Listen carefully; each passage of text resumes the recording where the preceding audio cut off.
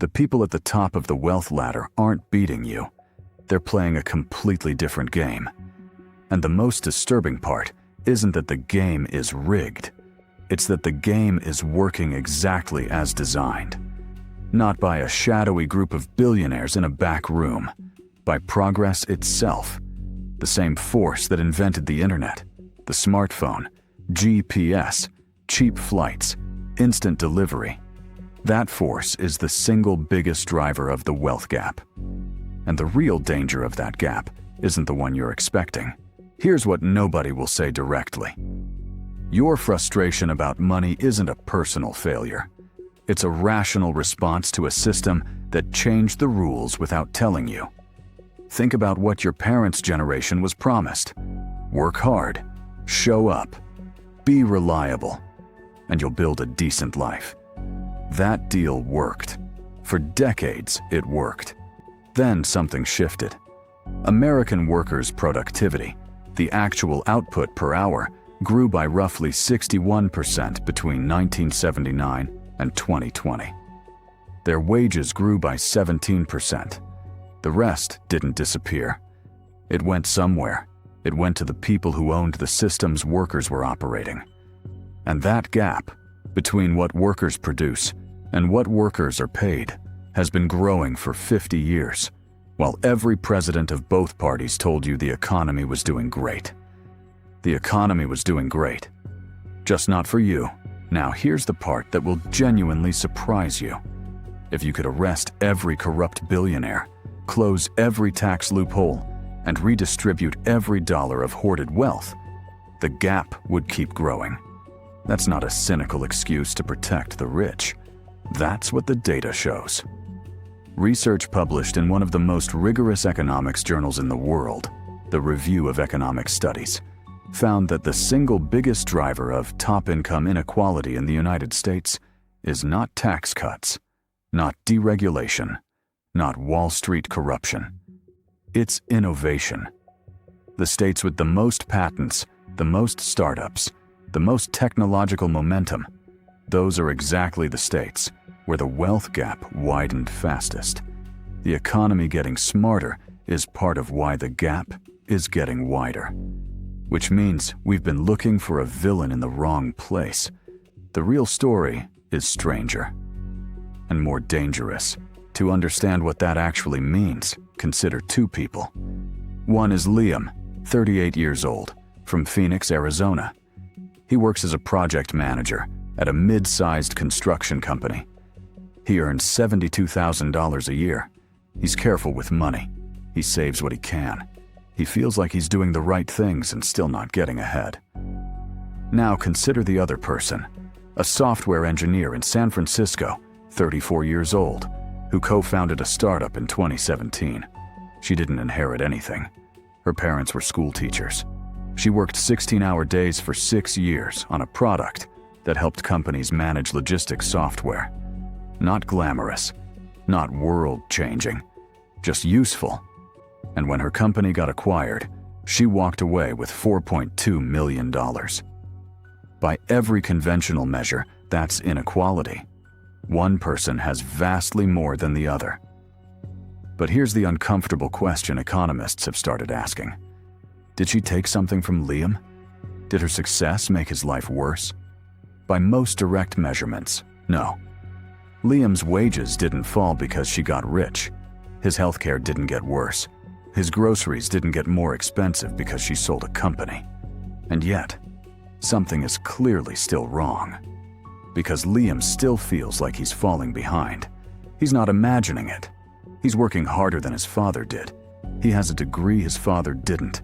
He lives more carefully than his father did. And he has less financial security than his father had at the same age. He just doesn't know the real reason why. The first hidden rule isn't about greed. It's about what the economy has decided to reward. For most of human history, the biggest source of wealth was land. Then it was physical capital, factories, machines, equipment. But in the modern economy, the biggest source of wealth is what economists call intangible capital. Code, algorithms, brand, network effects, data. And intangible capital has one property that physical capital doesn't. It doesn't run out. If a factory makes 1,000 cars, it needs 1,000 sets of parts. But if a software platform adds 1,000 new users, the cost of serving them is almost zero. The platform scales infinitely, and its value compounds. This is why a company like Google or Microsoft can have a market cap in the trillions while employing a fraction of the workers that General Motors employed at its peak. The economy has fundamentally shifted from rewarding people who make things to rewarding people who own systems. And Liam, who builds things, manages people, shows up every day, is being measured by a set of rules written for a different era. He's not losing because he's doing anything wrong. He's losing because the scorecard changed. But here's where the story takes a turn that almost no one talks about. Let's go back to Steven Pinker, the Harvard psychologist and author of Enlightenment Now. Pinker makes an argument that sounds outrageous. He says, the poor aren't actually getting poorer. And by the measure of absolute poverty, he's right. Global extreme poverty has fallen dramatically over the past 30 years. The average American at the bottom of the income distribution has a smartphone, a refrigerator, access to medicines that would have seemed miraculous in 1950. By historical standards, even struggling Americans are materially richer than struggling people of any prior generation. So what's the problem? Here's where Pinker misses something critical, something behavioral economists have documented extensively. It's not just about what you have, it's about where you stand relative to everyone else around you. Research across dozens of countries consistently shows that what makes people feel poor, what triggers the anxiety, the resentment, the despair, is not the absolute level of what they own. It's the gap between them and the people in their community. Behavioral economists call this relative deprivation. When Liam sees his neighbor buy a bigger house, when he watches hedge fund managers on the news, when he reads that his CEO's pay went up 40% while his own raise was 3%, his brain registers that as a threat, not metaphorically, neurologically. Studies show that perceived inequality activates the same stress pathways as physical danger. Cortisol levels rise, chronic stress sets in, health deteriorates. The communities with the highest levels of income inequality in America have measurably worse health outcomes, not just for poor people, but for everyone in those communities, including the wealthy. People in more unequal areas sleep worse, trust their neighbors less, and are less likely to cooperate with strangers, even in studies where the financial stakes are identical. The social fabric frays, and once it frays, it's very expensive to repair. So the damage of inequality isn't just material, it's biological, and it's social. But the deepest damage, the one that takes generations to repair, is political. In 2024, researchers at the University of Chicago published a major cross-national study in the Proceedings of the National Academy of Sciences. They analyzed democracies across the world and asked, what predicts where democracy erodes? What predicts where elected leaders start dismantling institutions, attacking free press, undermining elections? The answer wasn't the age of the democracy. The United States is the world's oldest democracy, and it's shown new cracks. The answer wasn't GDP. Wealthy countries are not immune. The answer, the single strongest statistical predictor of democratic erosion, was income inequality.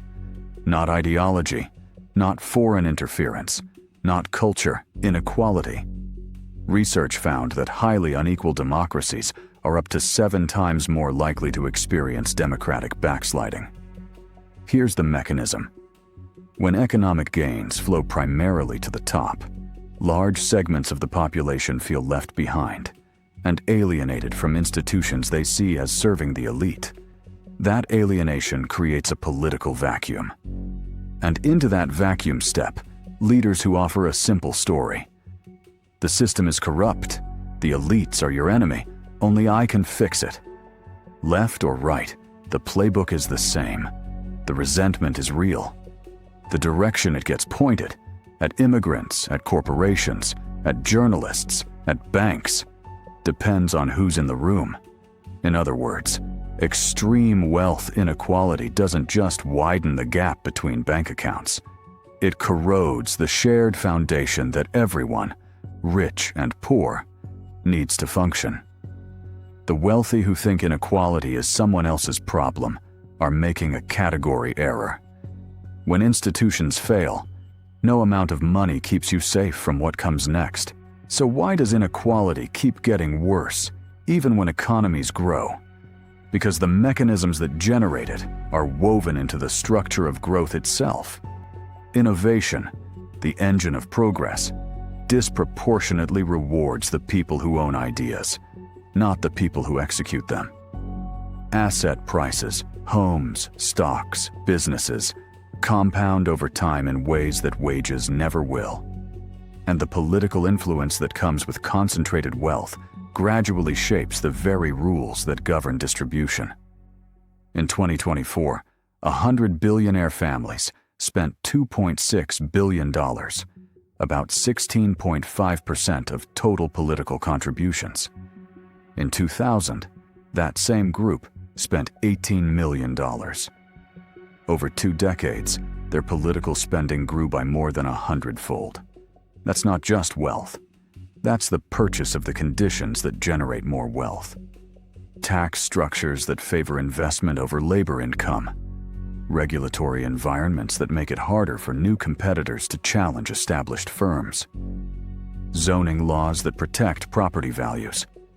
Trade deals that open foreign markets while keeping certain domestic markets closed. None of these happen by accident. They reflect the priorities of whoever has the loudest voice in the rooms where decisions are made. And here's the cruelest part. The research on innovation, the NBER study, found something else that rarely gets reported. It found that low-income children who show early promise in math and science, who demonstrate every indicator of being a future inventor or entrepreneur, are dramatically less likely to actually file a patent than their wealthy peers. Not because of talent. They have it because of access to quality schools, to mentors, to the professional networks where ideas become companies. 90% of the income innovation gap is explained by one thing: whether or not someone attended a high-quality college. So the system that creates inequality through innovation is simultaneously blocking the pipeline of new innovators. We are leaving the next generation of inventors in communities that can't afford to find them. The researchers call these people lost Einsteins. And that doesn't just hurt those individuals. It slows the very innovation that the whole economy depends on. Inequality isn't just unfair. It's inefficient. It is eating its own future. We began with an uncomfortable idea. That inequality might not primarily be caused by greed. That progress itself creates gaps. That's true. But it doesn't mean inequality is inevitable or acceptable. Because what the research reveals is a system with a slow leak. Innovation at the top creates enormous wealth. That wealth buys political influence.